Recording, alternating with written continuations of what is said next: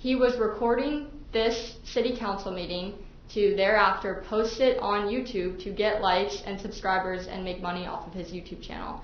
He was recording this city council meeting the entire time so he could post it on YouTube and get a reaction out of his subscribers. He actually has a lot of subscribers. Hey everyone, as you just heard from Assistant State's Attorney Lisa Brown, it clearly frustrates the government when citizens speak out against corrupt and abusive officials and record themselves doing it, especially when those citizens share video evidence online, gaining clicks and views, and earning ad revenue doing exactly what mainstream media does. I usually don't ask for money or expect help covering the cost of obtaining public records, body cam footage, 911 calls, or maintaining the equipment I use to document government overreach or report on what I witness in the community. I believe doing so could take away from the idea that I do this as a public service. That being said, I don't believe earning ad revenue from my content cheapens that purpose in any way. I know some people get upset that others might want to help fund what I do. I find that a little amusing. But just to be clear, I do not profit from my YouTube channel. If you do choose to support me, I thank you, and I truly appreciate it. I hope you enjoy the content.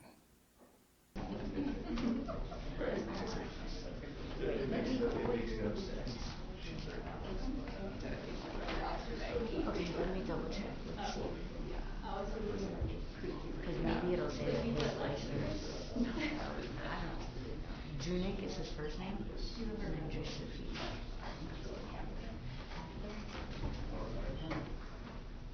Is this your guy? Yeah. Okay. Suspended on 4/11, which is after. All right, please. County Court in Pinellas County is now in session with the Honorable Brett Simmons, County Court Judge presiding. For all those coming before the court, please stay standing, raise your right hand, please, for Sergeant Hayfield. Thank you. Do you solemnly swear or affirm the testimony you're about to give will be the truth, the whole truth, and nothing but the truth? Please say I do. I think you can be seeing everybody. Let me start with Mr. Huffman first, as it's a trial, make sure we're good, and then Mr. Hunter is right there. Mr. Huffman, can you hear me? Yes, sir. All right, very good. So, Mr. Huffman here for trial with Ms. DeWitt. Let me start with the state. Is the state ready to proceed to trial? Yes, sir. Is the defense ready to proceed to trial? Yes, Your Honor. Anything, anything before I say let's call the jurors kind of thing from the state? We may need to readdress some of the motions in limine, Your Honor. It's been a while, and some of them, I think, may need to get readdressed in anticipation of what the testimony is going to look like today, if that's okay with Your Honor. Well, that's testimony, not jury, right? So, oh, yeah, fair enough. So, Mr. Goldenberg, in the future, he just said there may be some motions limited to be readdressed. Just make sure you're speaking in the microphone for Mr. Huffman. And I will say to the state also, and the defense, just beware that, I just say this from when I first started my career, that be careful of what you say into the microphone. I'm sure everything you say is proper and all that, but everything you say will be picked up by Mr. Huffman or anyone listening. So just any private conversation or attorney amongst each other, just realize that it's going to, unless you hit mute, it'll be picked up. Not that Mr. Huffman shouldn't hear anything, but if it's, whatever strategy, then just realize whatever you say into the microphone will be heard by all. So, all right, so Deputy, I think we reserved 30 for that, so if we can get, or we talked about 30 yesterday, I should say. So, 10 o'clock, please. 10 o'clock. All right, so Mr. Huffman, you're free to move about the court house. Just if you leave the courtroom, I think you probably need to leave the headphones if you leave the courtroom, but just if there's anyone who's a potential juror, or you don't know them, don't even talk to them, okay? So just we're making sure that everyone's staying clear. Anything else from the defense I should ask before we call the jury up? No, Your Honor. Okay. All right, Mr. Huffman, we'll see you again. If you want a bottle of water or something, you can bring it in here, and we'll get this thing wrapped up in the not-too-distant future, okay? Okay, is it okay to sit outside? Well, yes-ish. I just said yes. Just is he allowed to go outside with the headphones, or does he have to leave them in here? He has to leave them in the courtroom with us. Got it. So yes, you can go out, just you can't bring the headphones with you, okay? Okay. All right. Oh, and then the last thing is, I had asked your attorney yesterday whether or not we want to address, I mean, I prefer to. I know that your shades are prescription, and that's fine. If you want me to say something to the jury in the sense of that those are prescription shades, that's why you're wearing shades. There are bifocals.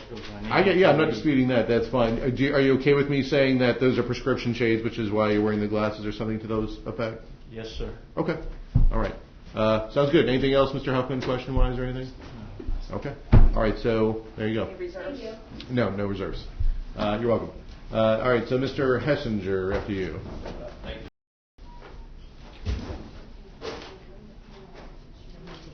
Oh, I should say, can't be with me. I shouldn't deviate from my routine. Yeah.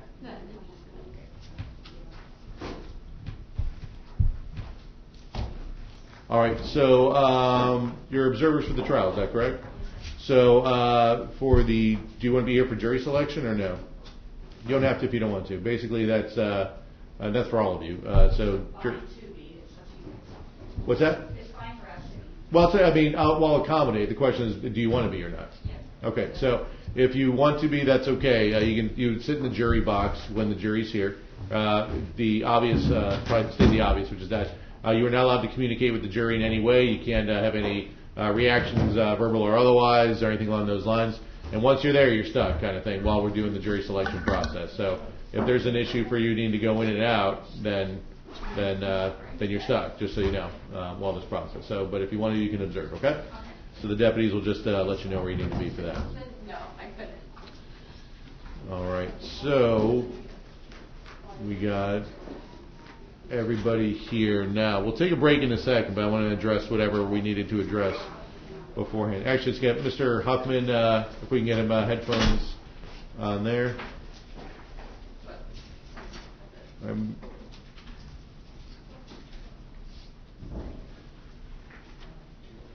All right, so Mr. Huffman, you good? Yes, sir. All right, so if you don't mind joining counsel up at table here, we're going to take a break before the jury's here, but let's address some preliminary stuff here as well. So, all right. So, on behalf of the state, who do we have? Your Honor, Nikita Goldenberg. Tessa Brown, Your Honor. All right, very well. Welcome. And Your Honor, Maggie. Oh, yeah, sorry, Madam Clerk. Other than the trial, I show the complete calendar. Do you agree? Correct, Your Honor. Ms. Solomon, you agree? Yes, Your Honor. All right, fair enough. Yes, you may. Thank you. You're very welcome. And then for the defense. Jamie DeWitt and Caroline Evans for the defense. All right, very well. So, and we have got Mr. Huffman here.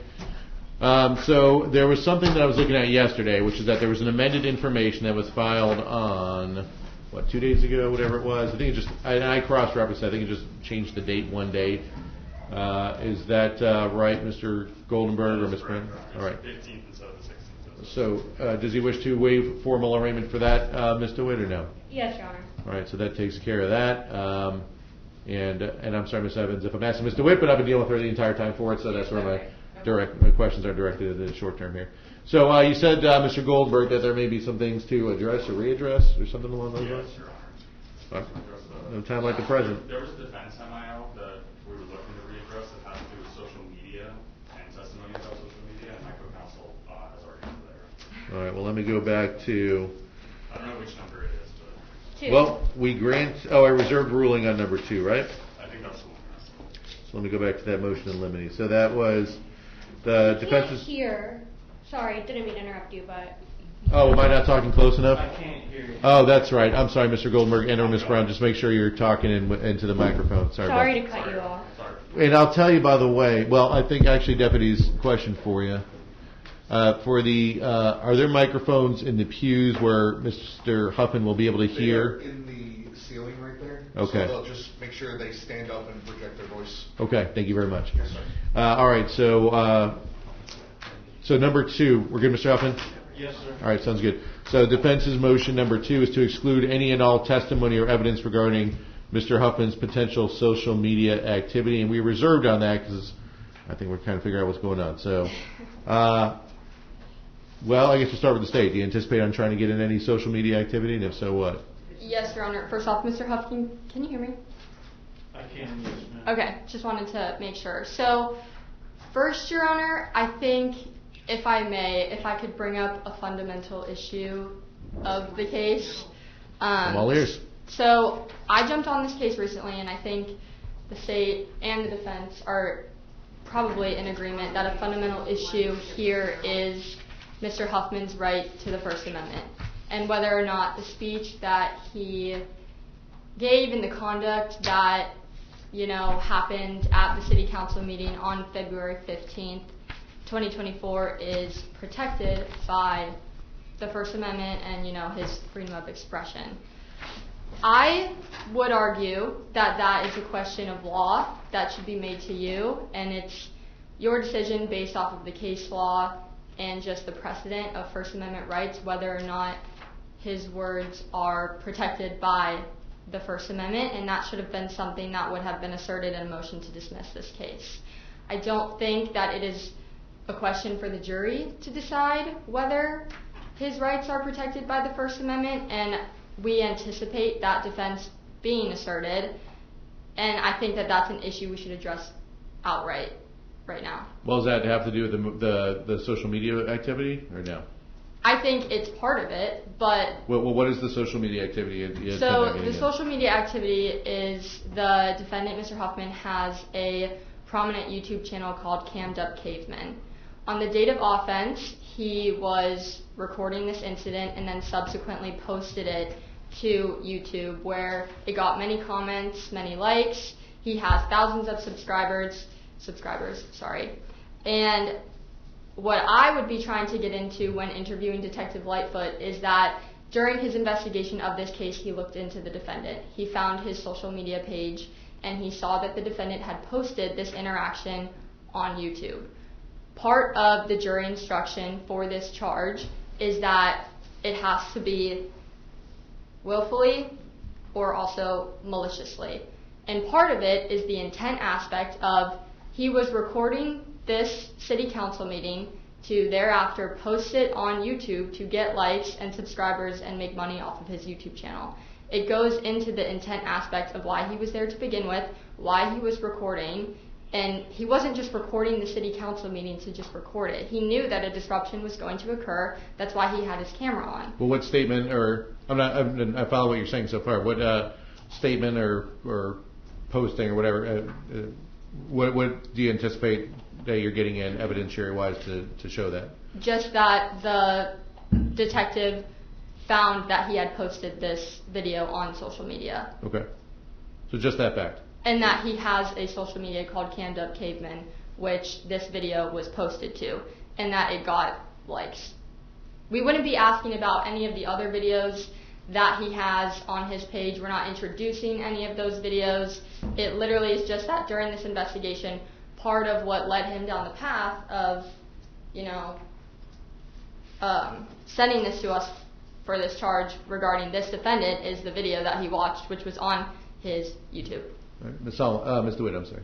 Yes, Your Honor. Not only is his social media activity completely irrelevant, but any discovery we receive from the state, it is not his social media posting, it's someone else. That's why you can see him in the video with a camera. It'd be literally impossible for that to be his recording, and it's not posted on his YouTube channel.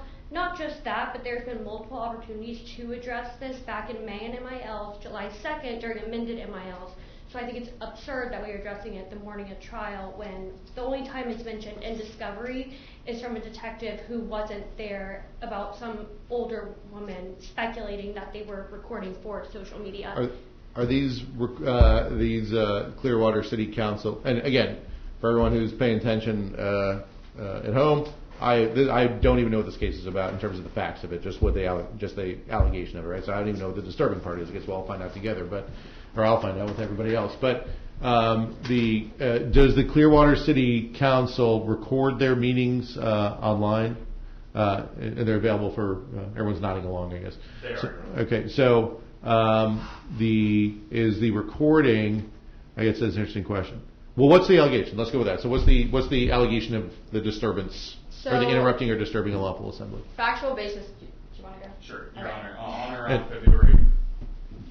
You don't have to be right on it, just close enough to it that Mr. Huffman can hear On you. February 15, 2024, approximately 6:30 p.m., Your Honor, there was a city council meeting. During one of the final portions of the meeting, there was an interruption by a gentleman named Mr. Taylor, Michael Taylor.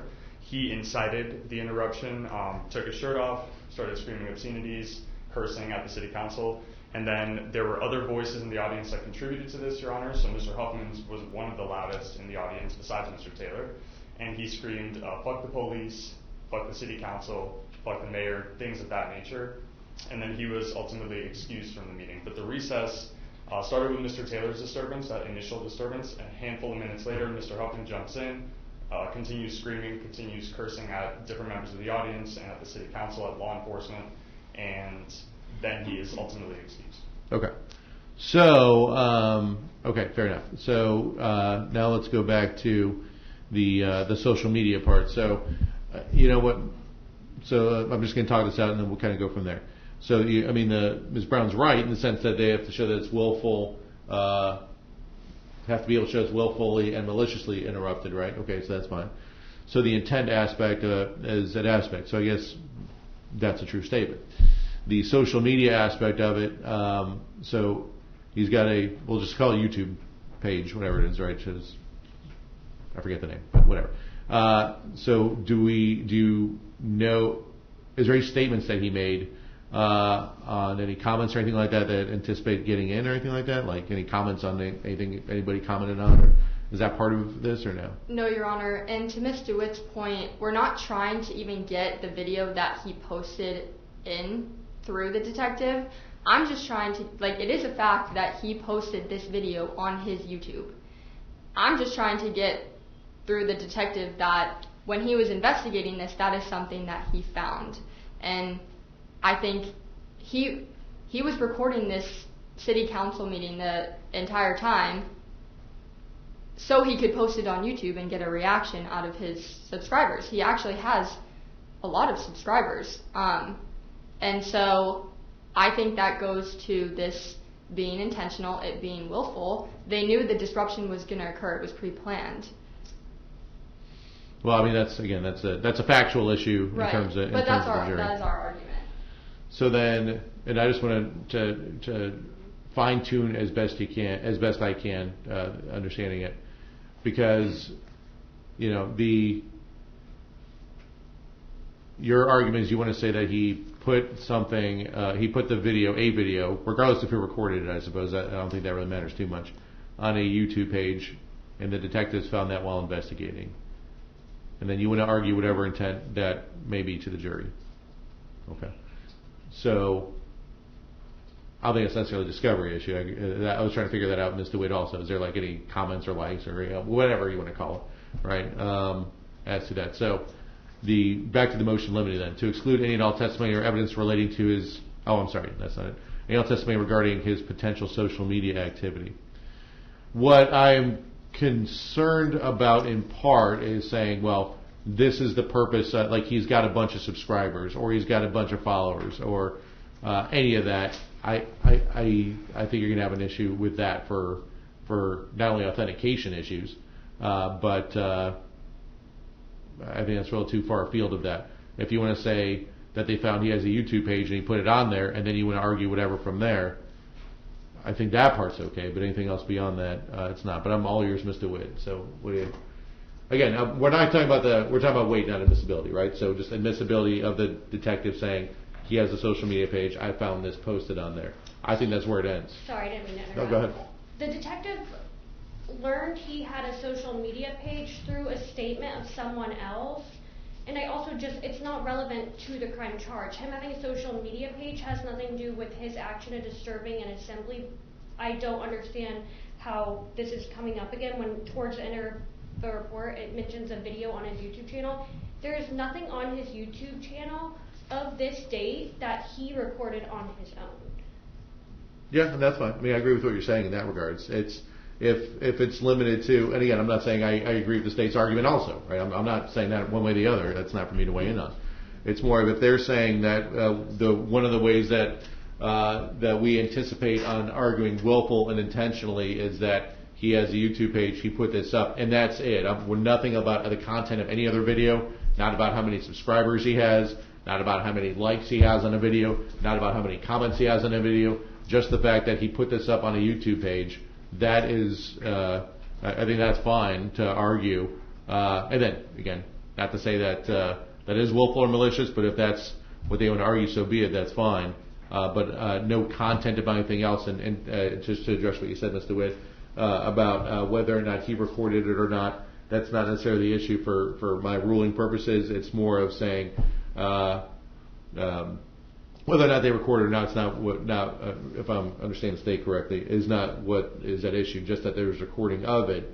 And the state can say, all right, it was up there, and then they can argue that was willful, and then I'm sure you'll say it wasn't, whatever. May I, going off that point, Sure. They just said that he was at the meeting so he could post it on YouTube. So that's why I mentioned that. Oh, I see what you're saying. That's a fair point. I mean, I guess there's something to be fine-tuned in terms of what you say there. Like it's not that he recorded it up there, but there was a recording. I think that's a fair point, that there's a recording he put up there, unless it's him doing, whatever it was. Unless that's what the video is, I don't know. Your Honor, actually, just to clarify, there's like 800 plus videos on Mr. Huffman's YouTube. We're not here for those. Right, I haven't seen all of them, of course, but from what I've gathered, there are 3 videos. One of them I can't find anymore, so it might not be posted. That's the one of his point of view. That's the one of his camera. That's the one of him recording. However, and I believe that was shared with defense in earlier discussion. Are you putting in any videos in this case or not? We are, but it's just going to be body worn, Your Honor. So we're not going to put his point of view on video. Is there? You see Mr. Huffman on the body worn camera? You can. Can you see a camera on him? Okay. He has a tripod. It's a big camera right in front of him. Well, if you want to argue that, then. And then there's also 2 other videos where he posts, like, to echo what defense is saying, it's not him recording, it's somebody else, because there was multiple people recording in the audience that day. But he posted it, like reposted, I guess, in small clips or smaller clips in 2 other videos that I know of. There may be more, but from my looking into the case, and then Detective Lightfoot did mention in his report that he looked into that, so that was shared with defense. Well, I mean, but what evidence do you anticipate on putting in? What physical evidence, not testimony? What physical evidence do you anticipate on putting in the trial today? All of it? Well, what's all of it? So we have the agenda rules, we have the meeting rules, we have a few photos of the placards that are posted outside of the entryway where it says like the rules of civility, the pledge of conduct, things like that. We have 2 officer body worn cameras, and then we have 2 blown up photos of Mr. Huffman. They're screenshots from the officer body worn. Okay. All right. So, again, I mean, I'm still kind of And Your Honor, we have the video, or one of them. Well, are you putting it in or not? That's a bigger question. No, but this is the video from his point of view on his social media. Okay. So, well, if you're not putting it in, then. Just saying, we do have it. Okay. And it's a correct meter. All right. So what are we talking about then? Still going back to the original point. If you want to argue that he's got a YouTube page, he put any recording of this up, and therefore it was intentional, or whatever you want to argue in terms of it was intent to, what's the words? Willfully and maliciously interrupted or disturbed an assembly of people. Okay, then I suppose the fact that he put that up there, you can make that argument, but I don't think that's beyond that. Anything else that you're talking about, unless you put in evidence, is not, we're kind of talking best evidence rule at that point now, which rarely does that arise, right? But there we have it. Anyway, Mr. Witt, anything I need to clarify for any of that? Could you clarify exactly what they're allowed to get into? Sure. He had a YouTube page. Sorry, I just want to make sure it's incredibly clear. Sure. He has a YouTube page. Again, I'm not making the argument. I'm just saying what I'm okay Yes. with it. That he has a YouTube page. He put it up. He put up a recording of a city council meeting, and he did that. Again, this is what argument I'm going to allow, right? And he did it for malicious and willful purposes. At least, again, I'm not saying that's the case. I'm saying that I'm allowing that as an argument, right? So. Am I allowed to ask, just to be clear, what the name of his YouTube page is, or just that he has a YouTube page? No, just YouTube page. Doesn't matter what the name of it is. Okay. Yeah. I just don't understand, because in the discovery, the officer and the investigator, Detective Lightfoot, he does not go into detail about any video posted on his social media page. It literally just says that he has social media, so I'm unsure how that would be. Well, you bring up an interesting point, whether or not they can authenticate that aspect of it as well. I guess we'll find out. Okay. Right? I mean, you're right. I mean, they still have to be able to support whatever they're asking. right? And if for some reason it comes in, then have it in cross, right? But the fact that it was in the police report, I'm not finding it's a discovery issue in terms of that aspect. Anything else along those lines, it sounds like it probably could have been, but we're not getting into that part for those purposes. Okay, anything else before I'll give you a couple minutes to go over these jury forms, but anything else we need to discuss before I take a break? You start talking about the First Amendment arguments? Yes, Yes. and there's one more as well. That won't come up during jury selection, right? No. Well, it shouldn't come up. I was going to screen some of it past the veneer, Your Honor. Or maybe What part? mention it a little bit, like the First Amendment, if it was at play here, if it was going to be used as a defense. Well, what were you going to anticipate on asking? The veneer? Yes. I was going to just talk about briefly the First Amendment and the 250 years of our democracy, how important it is, obviously. And Well, it's 249. We're not there yet. Sorry, almost. And then just the difference between maybe protected and unprotected and some things like that. Maybe the fire in the movie theater example from back in the early 20th century. So generally, that's fine. Okay. So, First Amendment arguments, again, anything that's going to be, how about this? Well, that's fine generally fine for jury selection stuff, and then we'll, anything that we have to hash out during the trial, we'll hash out during the trial. I mean, I tend to agree, just generally speaking, that what Ms. Brown said is that, the defense can argue that it wasn't willful, and I'm going on a limb here. I'm not going to make Ms. DeWitt's argument or Ms. Evans' argument for them. But I'm going on a limb here and saying it wasn't willful malicious, right? Now, I guess question whether it was protected speech or not and all the other fun stuff, we're not there yet. But we'll address it if we address it. But yeah. But I generally agree. You can't say this is lawful speech because the First Amendment says that. You can say it wasn't willful malicious because it's something. There's a distinction there, I suppose. Anything else we need to address before we bring in the jury? So you want us to address those issues you're just talking about after jury selection? Correct. Okay. Correct. Your Honor, there was one more. The lack of arrest in this case, the state doesn't believe it's relevant, so it asks for testimony and evidence to be ruled out in regards to whether or not any officers that are testifying in this case made an arrest. Well, not a timely motion limiting, so if you want to make an objection to relevance at the time, then you certainly can. Thank you. Anything else from the state? No, Your Honor. Defense? No, Your Honor. Okay, so I'll give you about, are they all restroomed up and all that? All restrooms up, ready to go. I think that's the term, right? So we'll give about 5-ish minutes. Mr. Huffman, you're going to move the chair around. And then again, for anyone who's observing, if you want to observe, is he going to stay or no? No. You're all going to go out there? All right, just to be clear, no interaction at all with the people who are out there, okay? That's fine. Also, Your Honor, you've met Addison, right? She's an intern with us. I believe so, yes. She's going to be observing the trial as well. All right, That's very okay. well. Your Honor, is there a ruling on the motion? Oh, so the motion is a good point. So I should clarify. So motion limiting number 2, motion to exclude any and all testimony or evidence regarding Mr. Huffman's potential social media activity. I will say granted as to everything except the fact he has a social media page. Understood. There you go. Just because they need a ruling from me. So there you go. That's the rule. Would you rather me yell and explain it or talk and And actually, good point. So I know that the attorneys have a habit of, during jury selection, of wandering around the room a little bit, including opening and closing arguments. We'll need you to stay close to the microphone for everything, okay? Whether it's, obviously, questions, you're going to be doing that, but opening, closing, voir dire, audio, so that Mr. Huffman can hear it. We're not fancy like Stand Sir. down where you're right in front of the. Right, we're not fancy like Sir. Be like right over it. All right. When I explain things to him, I'm going to do it in the mic.